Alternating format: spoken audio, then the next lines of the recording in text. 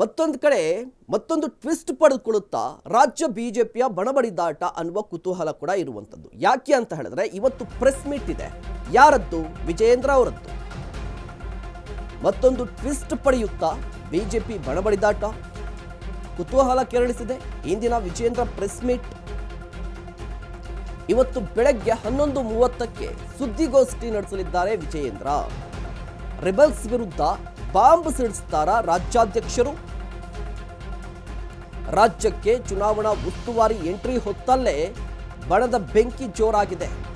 ಬಿವೈವಿ versus rebels versus ತಟಸ್ಥ ಬಣ versus Vijayendra ಜೊತೆಗೆ ಆರ್ ಅಶೋಕ್.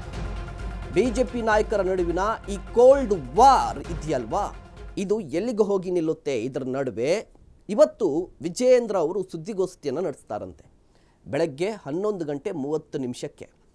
ಇದು ಸಾಕಷ್ಟು ಕುತೂಹಲಕ್ಕೆ ಕಾರಣವಾಗಿದೆ. ಯಾಕೆ ಕುತೂಹಲ ಅಂತ ಹೇಳಿದ್ರೆ, ನಾಳೆ ರೆಬಲ್ ನಾಯಕರ ಮೀಟಿಂಗ್ ಇದೆ. ಅರ್ಥಾತ್ ವಿಜಯೇಂದ್ರ ವಿರುದ್ಧವಾಗಿ ನಿಂತಿರುವಂತಹ ಯತ್ನಾಳ್ ಅವರ ತಂಡದ ಮೀಟಿಂಗ್. ಅದಾದ ನಂತರ 22ಕ್ಕೆ ಚೌಹಾಣ್ ಅವರು ರಾಜ್ಯಕ್ಕೆ ಬರ್ತಾರೆ. ಇದರ ನಡುವೆ ಇವತ್ತೇ ಪ್ರೆಸ್ ಮೀಟ್ ಅಂತ ಹೇಳಿದ್ರು. ಯಾವ ಪ್ರೆಸ್ ಮೀಟ್ ಅಂತ ಹೇಳಿದ್ರೆ, ನಿನ್ನೆ ಮಾತನಾಡ್ತಾ ಇದ್ರು ವಿಜಯೇಂದ್ರ ಅವರು, ಎಲ್ಲ ವಿಚಾರಗಳಿಗೂ ಕೂಡ ನಾನು ಆನ್ಸರ್ ಕೊಡ್ತೀನಿ. ರಾಜ್ಯ ಬಿಜೆಪಿಯಲ್ಲಿ ಇರುವಂಥ ಸಮಸ್ಯೆಗಳಿಗೆ, ರಾಜಕೀಯಕ್ಕೆ ನಾನು ಆನ್ಸರ್ ಕೊಡ್ತೀನಿ ಅಂತ ಹೇಳಿರುವಂಥದ್ದು. ಹೀಗಾಗಿ ಈ ಪ್ರೆಸ್ ಮೀಟ್ ಸಾಕಷ್ಟು ಕುತೂಹಲಕ್ಕೆ ಕಾರಣವಾಗಿದೆ. ಮತ್ತೊಂದು ಕಡೆ ನಾಳೆ ಬಿಜೆಪಿ ರೆಬಲ್ಸ್ ನಾಯಕರು ಮಹತ್ವದ ಮೀಟಿಂಗ್ ಅನ್ನು ನಡೆಸಲಿದ್ದಾರೆ. ಕುಮಾರ್ ಬಂಗಾರಪ್ಪ ನಿವಾಸದಲ್ಲಿ ನಡೆಯುವಂತಹ ಸಭೆ ಇದು.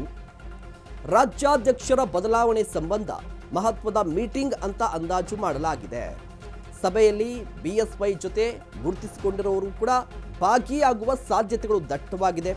ಈಗಾಗಲೇ ಸೋಮಣ್ಣ ನಿವಾಸದಲ್ಲಿ ಸಭೆ ನಡೆಸಿದ್ದಾರೆ ನಾಯಕರು ಅನ್ನುವ ಮಾಹಿತಿ ಕೂಡ ಲಭ್ಯವಾಗಿದೆ.